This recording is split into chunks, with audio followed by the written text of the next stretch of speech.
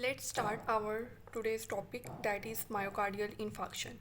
Myocardial infarction या M आई जिसे हम कहते हैं, क्या होता है? इसमें क्या होता है कि जो ब्लड फ्लो है ना टू हार्ट, वो सडनली ब्लॉक हो जाता है। ठीक है, जब ब्लड फ्लो ब्लॉक हो जाएगा तो क्या होगा, वहाँ पे डेथ होने लग जाएगी हार्ट मसल्स की। ठीक है, और वहाँ पे जो है ड्यू टू ऑक्सीजन रिडक्शन। ठीक है, इसमें हमारे पास पेशेंट कैसे प्रेजेंट करेगा, क्रशिंग पेन होगी पेशेंट को बहुत ज़्यादा। ठीक है, और जो पेन होगी, चेस्ट पेन होगी, वो रेडिएट करेगी टू द लेफ्ट आर्म, जा एंड एपिगेस्ट्रियम। ठीक है, उसके साथ पेशेंट जो है ना वो एक्सेसिव स्वेटिंग के साथ आएगा। पैथोफिजियोलॉजी में क्या होता है कि हमारे पास जो रप्चर होता है, सबसे पहले जब हमारे पास स्पाइक होती है ना ब्लड प्रेशर की, ब्लड प्रेशर स्पाइक करता है। ठीक है, तो उसकी वजह से क्या होता है कि जो एक प्लैक होता है जिसे एथेरोस्क्लेरोटिक प्लैक कहते हैं, ठीक है, वो पहले से बना होता है, उसका रप्चर हो जाता है। ठीक है, अब इस प्लैक में क्या होता है, लिपिड्स हो सकते हैं, इन्फ्लेमेटरी सेल्स हो सकते हैं और डेब्रिस हो सकता है। ठीक है, अब जब रप्चर होगा तो उससे क्या होगा, प्लेटलेट एक्टिवेशन होगी। प्लेटलेट एक्टिवेशन होगी तो वहाँ पे क्या होगा, कोएगुलेशन जो है पाथवे वो एक्टिवेट होगा। ठीक है, और वहाँ पे हमारे पास थ्रम्बस फॉर्मेशन हो जाएगी और अक्लूजन हो जाएगी कोरोनरी आर्टरी की। ठीक है, अब ये हमारे पास पार्शियली अक्लूड भी कर सकती है और कम्प्लीटली अक्लूड भी कर सकती है।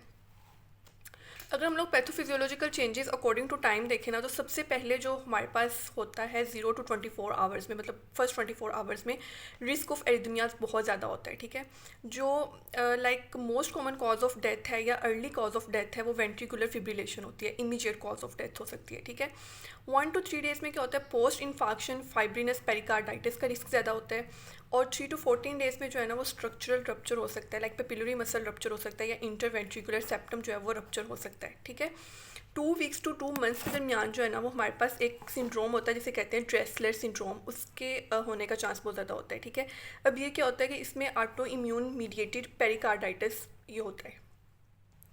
नेक्स्ट क्वेश्चन इज के हाउ टू डायग्नोस एम आई को हम लोग डायग्नोस कैसे करते हैं। ठीक है, हमें पता है कुछ कार्डियक मार्कर्स होते हैं जो बहुत इंपॉर्टेंट रोल प्ले करते हैं, जिसमें ट्रोपोनिन्स होते हैं, जिसमें ट्रोपोनिन आई और ट्रोपोनिन टी होता है। ठीक है, ये मोस्ट सेंसिटिव होते हैं और स्पेसिफिक भी होते हैं। ठीक है, 3 to 4 आवर्स में ये राइज करते हैं और 24 आवर्स पे जो है ना ये पीक पे होते हैं और एलिवेट रहते हैं फॉर 7 to 10 डेज तक।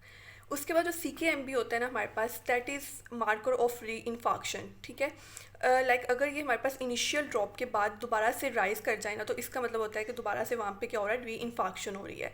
जो CKMB है वो रिटर्न करता है नॉर्मली इन 48 आवर्स में। उसके अलावा हम कैसे डायग्नोस कर सकते हैं, ECG से डायग्नोस कर सकते हैं। ठीक है, उसमें हमारे पास क्या होता है, ST एलिवेशन MI हो सकता है या नॉन ST एलिवेशन MI हो सकता है। अब हम लोग नॉन ST एलिवेशन MI को अनस्टेबल एंजाइना से कैसे डिफ्रेंशिएट करेंगे, तो जो हमारे पास स्टेमी होता है ना, इसमें क्या होता है कि ST डिप्रेशन होता है। ठीक है, और जो अनस्टेबल एंजाइना है ना उसमें हमारे पास और इसमें एनस्टेमी में ST डिप्रेशन दोनों में होता है, एनस्टेमी में भी होगा और लाइक अनस्टेबल एंजाइना में भी होगा। लेकिन जो नॉन ST एलिवेटेड MI होगा इसमें हमारे पास ट्रोपोनिन्स पॉजिटिव होंगे और जो अनस्टेबल एंजाइना है उसमें ट्रोपोनिन्स नेगेटिव होंगे।